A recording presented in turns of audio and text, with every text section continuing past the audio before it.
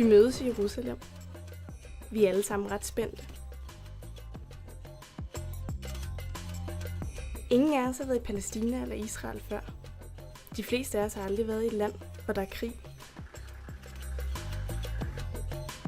Allerførst skal vi have en sikkerhedsbriefing af Internationalt Røde Kors i Jerusalem.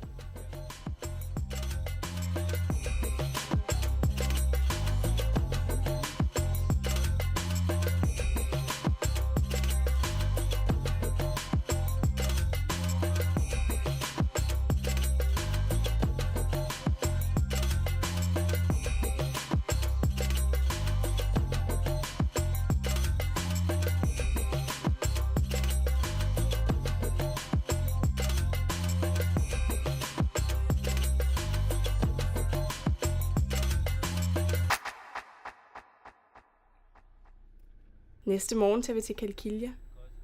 En by, der næsten er lukket inde, fordi beskyttelsesmuren går hele vejen rundt om byen.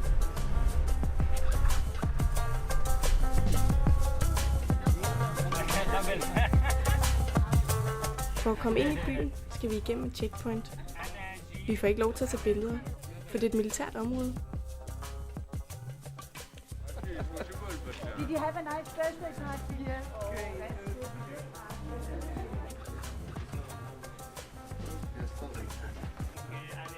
Qalqilias guvernør fortæller os om den humanitære situation i byen.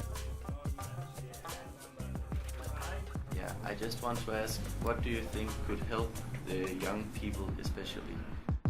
Han fortæller, at alle i Qalqilia har fået det værre, siden muren blev bygget.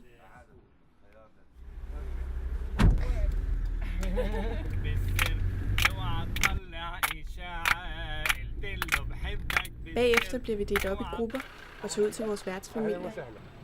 3 palæstinensiske familier har inviteret os til at komme og besøge dem nogle gange i løbet af vores ophold. Familierne har sønner eller døtre på vores alder, og også mindre børn.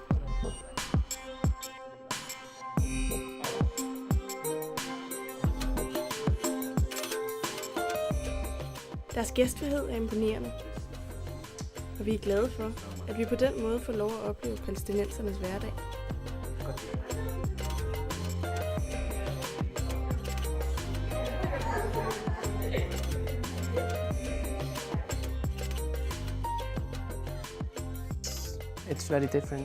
Det er helt anderledes end i en islandsk familie. De ved ikke, om de kan betale for, at deres børn kan komme på universitetet. De fortalte, at de føler sig som fanger i deres egen by. Det er helt nyt for mig. De kan ikke bare tage ind og ud af byen.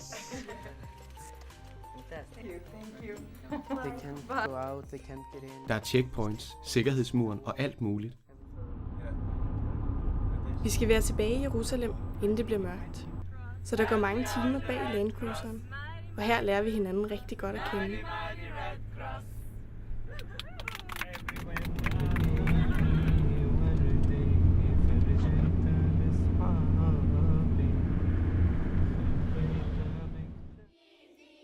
Vores værtsfamilie har børn, der er med i Palæstinensisk Røde Halvmånes skoleaktiviteter.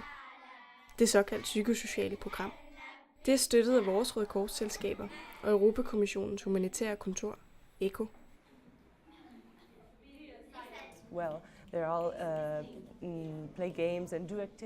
De leger og laver forskellige aktiviteter i en rundkreds.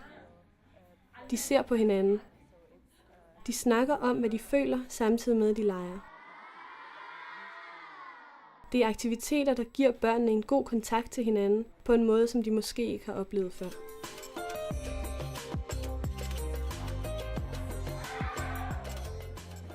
Det er hjerteskærende at se, at næsten alle børnene laver tegninger af soldater eller triste mennesker. Heldigvis får de muligheden for at snakke om det her. I think it's important because they deal with. Jeg tror, det er vigtigt, fordi de snakker om deres følelser og arbejder med dem. I stedet for at gemme følelserne inde i sig selv, får de dem ud. Her leger de på en måde, som jeg ikke tror, de gør så meget i deres hverdag. Det virker bare som om, de kan lide det og har det godt her.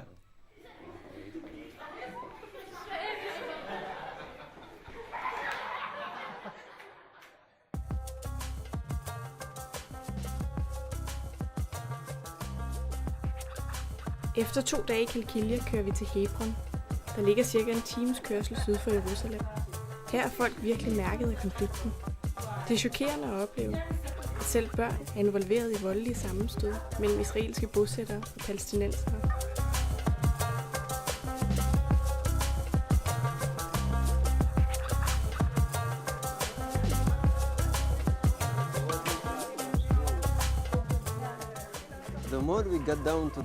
Jo længere vi kom ind mod byen, jo flere lukkede forretninger så vi, og mennesker, der lever i fattigdom.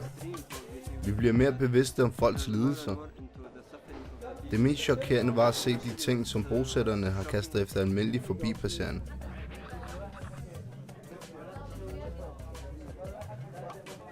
So who put up the net? Palestinians. To protect themselves?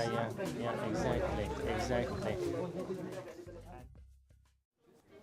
Torsdag formiddag skulle vi egentlig have holdt fri, men vi får tilbudt en guided tur i den gamle by i Jerusalem.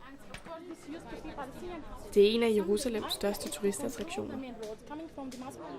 Vi går blandt andet på Via Dolorosa, hvor Jesus efter sigende gik på vej til korsfæstelsen.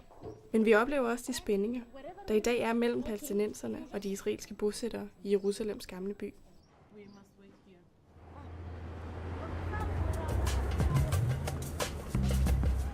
Om eftermiddagen besøger vi Israels Røde Davidsstjerne.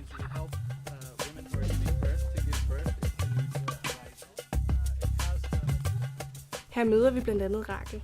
Hun er enlig mor og fortæller om, hvor bange hun var for, at der skulle ske hendes børn noget under den seneste Gaza-konflikt.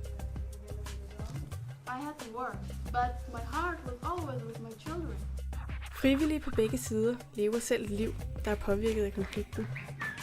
Alligevel knokler de for at hjælpe andre.